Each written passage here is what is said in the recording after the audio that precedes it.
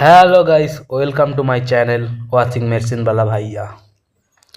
আজকে এসেছি আমি একটা ম্যাগনেটন চেঞ্জ করতে। কাস্টমারের প্রবলেম ছিল খাবার গরম হচ্ছে না। আমি যথারীতি কাস্টমার বাড়িতে যাই, দেখি মেশিনের কী প্রবলেম। মেশিনের ম্যাগনেটনটা বডি ছিল।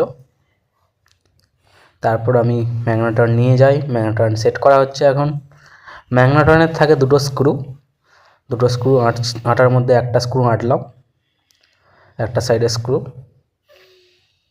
ওকে, আবার একটা স্ক্রু আটা হলো। যেহেতু স্ক্রু ড্রাইভার একটু আস্তে আস্তে আটা হচ্ছে, মেশিনটা নিয়ে যেতে ভুলে যাওয়া হয়েছে। মেশিনটা ছিল ব্যাগে, ছোটো কাজ, তাই জন্য স্ক্রু ড্রাইভার দিয়ে আটা হচ্ছে। ম্যাগনেটন সাধারণত খারাপ হয় ভোল্টেজের জন্য।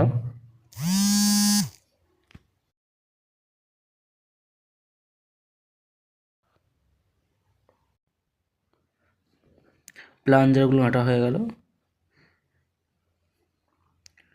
ল্যাম্প আটা হলো। এই ল্যাম্পটা অনেক সময় কেটে যায়।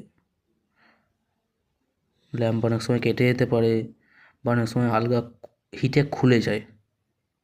এরকম নয় যে সবসময় কেটেই যায়, ঠিক আছে। সব স্ক্রুগুলো টাইট দেওয়ার পর ওএলপি আঁটা হবে। ওএলপির কাজ হচ্ছে আপনার যখন ম্যাগনেটন খুব ওভারহিট হয়ে যায়, ওএলপি ওটা সে প্রোটেক্ট করে।